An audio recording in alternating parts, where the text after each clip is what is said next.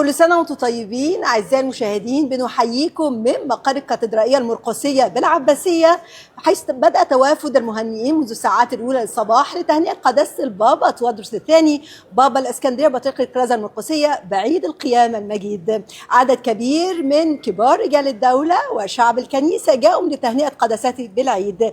كل سنة وحضرتك طيب يا قداسة البابا. عيد سعيد علينا كلنا. امين يا رب. خلينا نبدا يعني حديثنا زي كل مره يعني برقيه التهنئه التي بعث بها فخامه الرئيس عبد الفتاح السيسي لقداستكم، وتحدث فيها عن ان وحدتنا الوطنيه هي الحصن المنيع ضد اي حاجه. طبعا كل سنه وحضراتكم طيبين، واحنا دايما في عيد القيامه لنا تحيه تقليديه بنقولها: خريستوس انستي اليسوس انستي، المسيح قام حقا قام.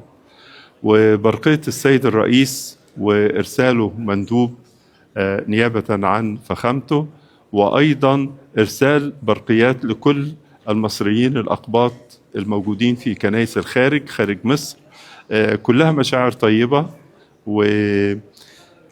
والرئيس دائما مجامل، ومجامل يعني يجعل المواقف جميلة. فبرقية السيد الرئيس برقية جميلة بكل ما تحمله من مشاعر طيبة، ومشاركته بصفة عامة في كل المناسبات أمر مقدر وله كل الامتنان والشكر. قداسة البابا، يعني عيد القيامة المجيد يأتي هذا العام في ظل أوضاع متوترة بتمر بها منطقة الشرق الأوسط. يعني الموضوع ألقى بظلاله على الكل، على الإنسان في كل مكان. يمكن الواحد بقى يعني كتير يقول لك مع الأخبار الصعبة صبح وبالليل واحد بيكون محبط شوية. حضرتك قلت في الرسالة البابوية إن الإنسان لازم يكون يعني عنده أمل، عنده رجاء. لو كلمنا عن الرسالة البابوية اللي حضرتك أرسلتها السنة دي.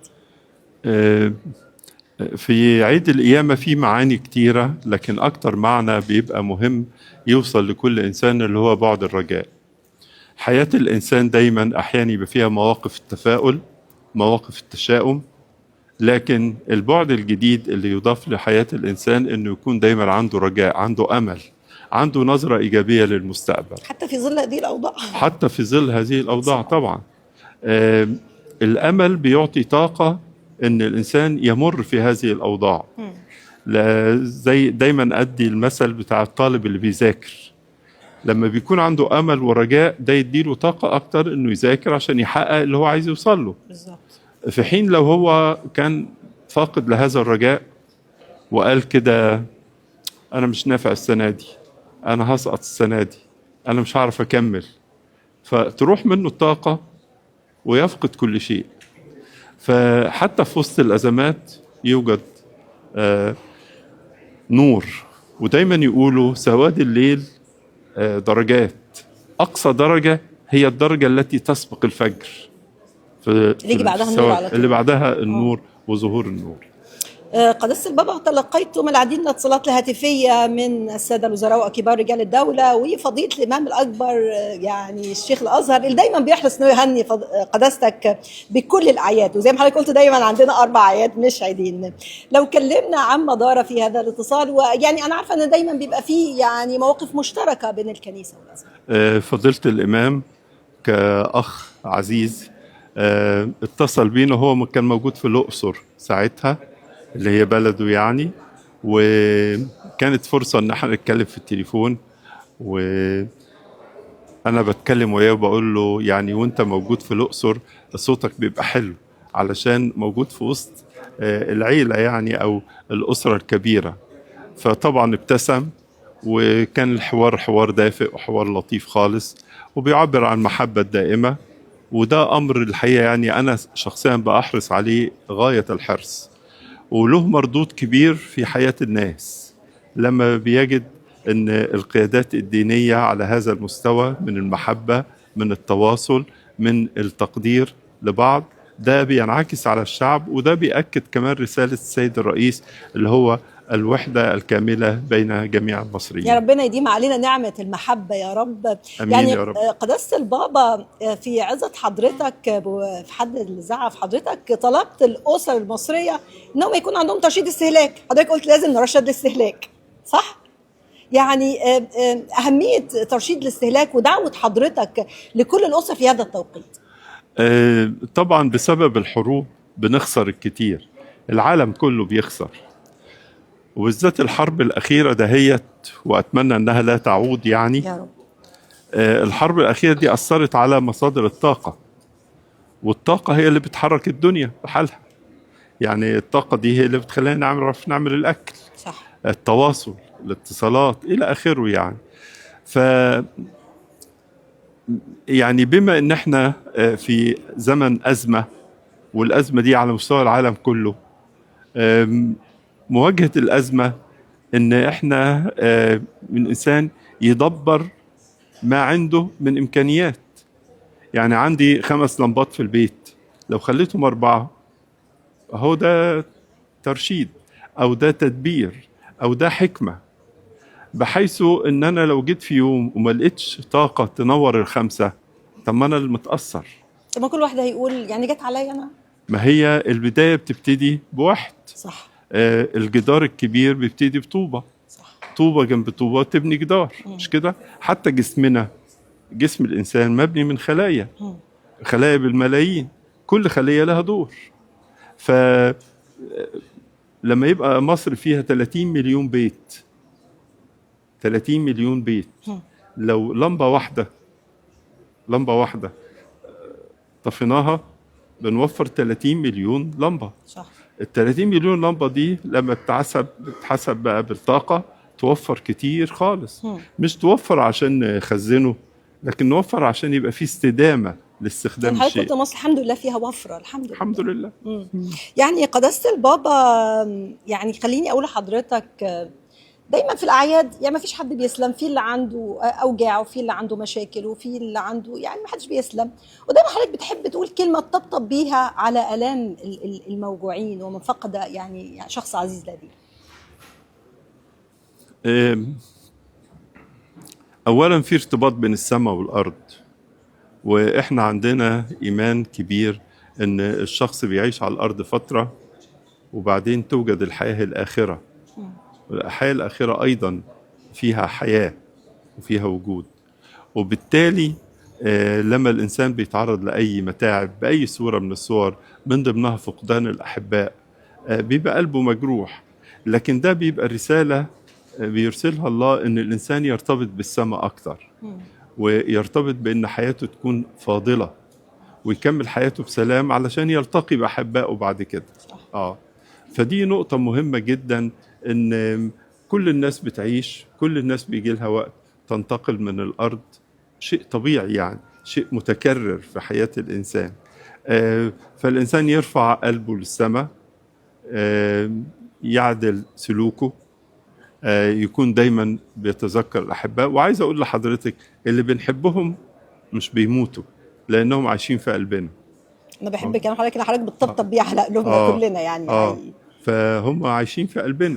مثلا افرض الإنسان فقد أمه، أمه ده صح سابته على الأرض، لكن هي عايشة في قلبه، صح، مش ممكن ينساها في يوم. وهكذا كل الأحباء. قداسة البابا، يعني في ظل هذه الظروف التي تمر بها المنطقة، هقول تاني بقول إن مصر كان ليها دور كبير وفخامة الرئيس عبد الفتاح السيسي لنزع فتيل الأزمة في المنطقة ومحاولة إعادة الاستقرار للمنطقة. كيف ترى دور مصر؟ الدور الهادئ الحكيم بلا شك. الدبلوماسية المصرية والسياسة المصرية بتتم بقيادة السيد الرئيس، بتتم بهدوء، وأجزاء كتيرة منها بعيدة عن إعلان عشان تتم وتنمو. دايما الحاجة علشان تنمو لازم تبقى متغطي عليها. الطفل الجنين لما بينمو بياخد 9 شهور في بطن أمه، الجذر الشجرة يبقى تحت في التربة محدش شايفه، ينمو يطلع شجرة قوية. فأنا أعتقد أن الدور المصري كده، ولا يمكن استغناء عن مصر في أي موضوع بصورة عامة. مصر دي القلب، قلب العالم اللي عمال ينبض، اللي جالها السيد المسيح ولا السيد العذراء. السؤال اللي بسأله كل مرة حضرتك، أحبوا أعداءكم، باركوا لاعنيكم، وصلوا من أجل الذين يسيئون إليكم. إزاي قداسة البابا الواحد يحقق هذه المعادلة الصعبة؟ المحبة في قلب الإنسان درجات، الإنسان يجب أن ينمو فيها. أحب القريب مني، أحب أسرتي، أحب أبويا وأمي، خطوات كده لغاية ما يوصل إلى أن الإنسان يشعر أن كل البشر دول خليقة يد الله، هم. هو الله اللي صنعهم. فأنا بحب الله الصانع الخالق للإنسان، وبالتالي بحب الإنسان. أما إذا في عداوة، العداوة دي حاجة تخصه هو، حتى لو كانت العداوة بتأثر عليه، لكن أنا برضو بحبه. وفي تعبير في الإنجيل جميل قوي: عندما نحب أعدائنا كأنك تأتي بجمر نار وتضع على رأسه. مم. جمر نار يعني الفحم. ايوه ايوه طبعا اكيد. فحرارة المحبة ممكن تغير الإنسان. طب قداسة البابا، خلينا نختم يعني بدعوات وصلوات من قداستك لكل شعوب العالم، عشان يعم السلام، عشان تعم رسالة السيد المسيح: سلامي أترك لكم وطوبى لصنيع السلام. يعني دعوات من حضرتك. يعني شيء مهم جدا أن الله يعطي النعمة والحكمة لكل مسؤول. دايما المسؤولية تحتاج للشخص يبقى عنده التعقل، وعنده الإحساس بالآخر، وعنده أن حياة الإنسان مهما استطالت هتنتهي. فالشر لو عاش في الشر لن يجني شيء.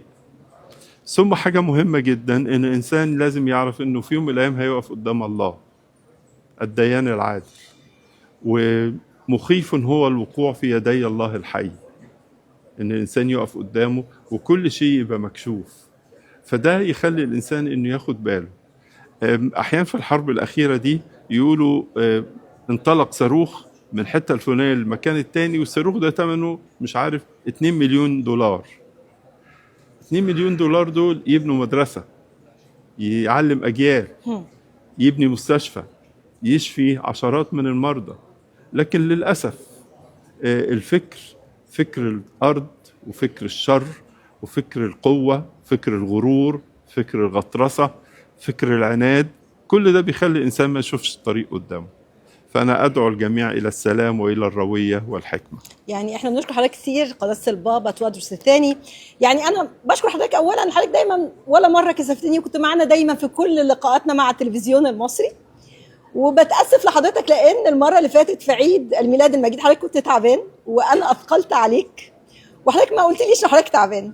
ويعني حضرتك عمرك ما كسفتنا، وعمرك يعني ما ترددت، وأنا أسفة وسامحني. كل ده عشان خاطر التلفزيون المصري طبعا يعني، وحضرتك بتشرفنا دايما، وسامحني وانا اسفه وحقك عليا، لان قد ايه حسيت بالذنب، وقد ايه حسيت ان انا زعلانه ان انا اثقلت على حضرتك المره اللي فاتت لما عرفنا حضرتك. الف سلامه لحضرتك، ودايما معانا ودايما في وسطنا ودايما منورنا، وكل سنه وحضرتك طيب. وزي ما حضرتك قلت احنا عندنا 4 اعياد مش عيدين فعلا. يعني انا يعني على طول يعني في عيد القيامه وعيد الميلاد مع حضرتك، وكل سنه وحضرتك طيب.